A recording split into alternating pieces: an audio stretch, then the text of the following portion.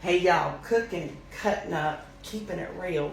Cookie and I are in the kitchen this morning in our PJs.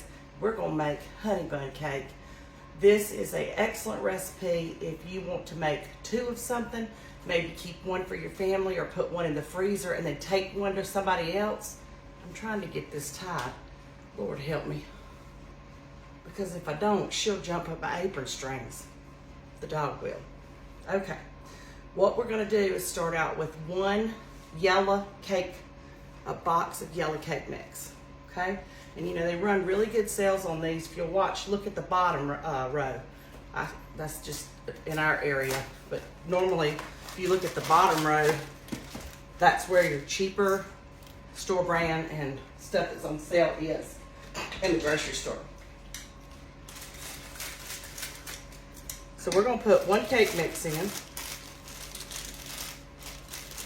I love this recipe. It came from my godmother, Vicky, and we have loved it for years and years and years.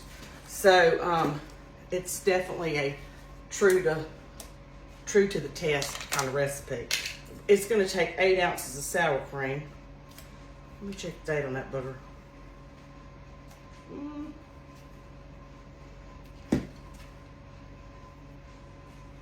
Okay, we're good. All right, I'm gonna go ahead and open that up so I can get it in there when I need it. In this bowl, you're gonna mix 1 cup of brown sugar. I'm getting ahead of myself. Hadn't quite had enough caffeine today. I'm gonna eyeball mine up, and I'm gonna use what I've got, which is Splenda brown sugar. That's what I have in my pantry, so that's what I'm gonna use. So a cup of that.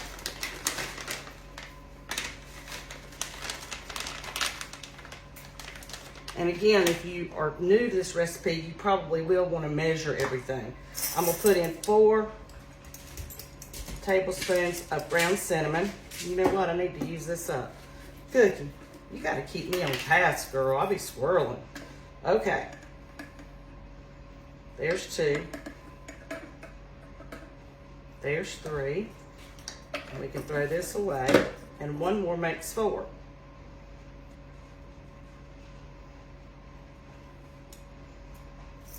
If you're new, welcome to my page. I do a lot of cooking with what I've got, with what's coming in off the farm and with what I've got on hand. Let me get a spoon, stir this. We're gonna set this aside because we're gonna put this as like a sprinkle on top of the Honeybun cakes. And I've heard this called sock it to me cake.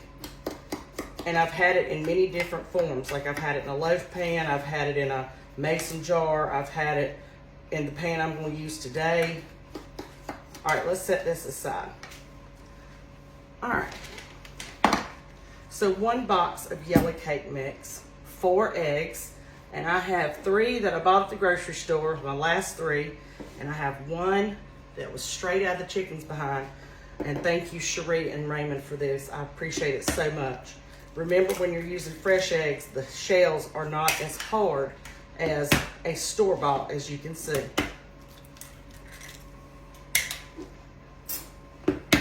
This recipe is in my second cookbook, Granny's Farm to Table.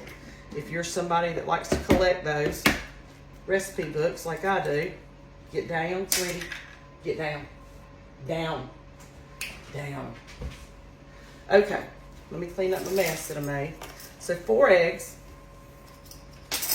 and let's give that a spin while I'm getting my measurements going for my vegetable oil.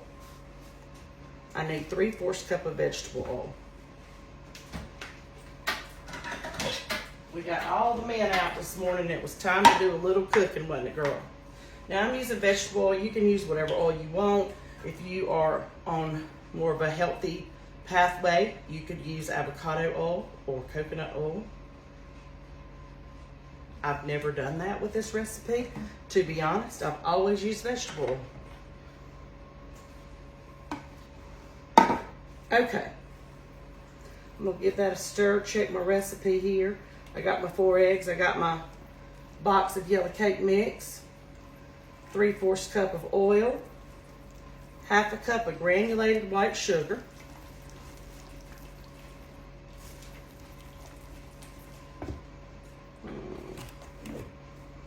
I have a 1 cup measure that I keep in my sugar bowl, so I'm just going to eyeball that, half a cup. Okay, now to this, give it a spin. Those are all the ingredients except for the sour cream. So let's get that in. Got my Paula Deen spatula, I love it. Love, love, love. Love, love. I love me some Paula Deen. I actually got the opportunity, a bucket list, to go and cook with her. It is on YouTube on her page and on my page, and it's also on Facebook page. You can put in your search bar, Cooking, Cutting Up, Keeping It Real, Paula Deen, and you'll be able to see when I got to meet her, and then I got to go to her house in Savannah. She was living with Bobby, and not with Bobby, in Bobby's guest house at the time. And so we cooked and cut up and kept it really real in Bobby's guest house kitchen. So maybe sometime I'll go back and be able to get in her kitchen. I would love to do that. Anyway, give that a swirl. And you don't have to mix it to death. Just get everything incorporated.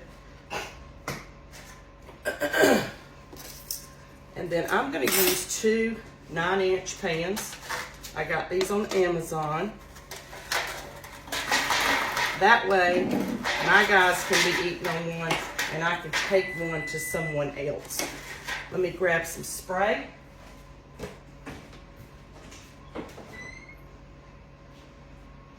Lord have mercy, Cookie. I already had it out. Look at there. Jeez Louise. Okay. I always like to spray my pans just a little bit.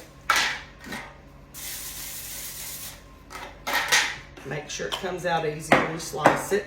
Okay, we're going to put half of the batter in one and half of the batter in other. Like I said, you can use other size pans, but then you will have to determine your bake time according to what size your pans are. And it's okay if you see a little bit of sour cream.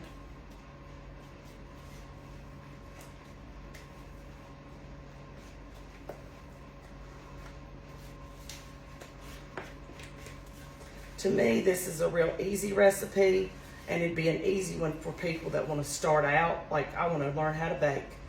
I hear that all the time. I'm a good cook, but I don't know how to bake. This is one of those recipes that I would start with if I were you, because it's simple, it's delicious. Every time I make it and take it somewhere, everybody's like, who made this? I need the recipe. Okay, now we're going to take this. Get down, ma'am. Hey, down. Sprinkle it on top. Cook. Down. Good girl. She's just tall enough to get her little nose over the counter. She can't get up on the counter, but Lord have mercy, sometimes I'll leave my dish towel or something kind of hanging down, and it'll be in the den, and she'll be chewing on it. Bless her heart. She's toddling too. Sometimes she's the Cookie Monster, sometimes she's Cookie, sometimes she's Sugar Cookie, which is her full name, and sometimes she's just Cook. Get over here. Get down. Okay. These are going into a 350-degree oven. Let me check the time for you. For 30 to 35 minutes. And you can do the fork test or the toothpick test. And these are going to be delicious. Give these a try. Honey bun cakes. Cookie, do you need to potty? Say, do you need to potty? She's giving me that look. Do you need to potty? Let me set the timer. The other thing I will share with y'all before I forget it is sometimes I'll drizzle a little bit of maple syrup, just a tiny bit, over the top when I get them out. Or I will make a glaze with fresh squeezed orange juice and powdered sugar. I don't have any orange juice, so I'm going to drizzle mine with this. Somebody gave me this. That's not it. Yeah, it is pancake syrup. I'm going to drizzle mine with this. I almost thought it was vanilla extract. But I'm going to just drizzle it with that and then let it set up. It'll be ready to go. Y'all have a wonderful day, and we'll see you soon. Thanks for following the page. Share, like, and comment. Bye now.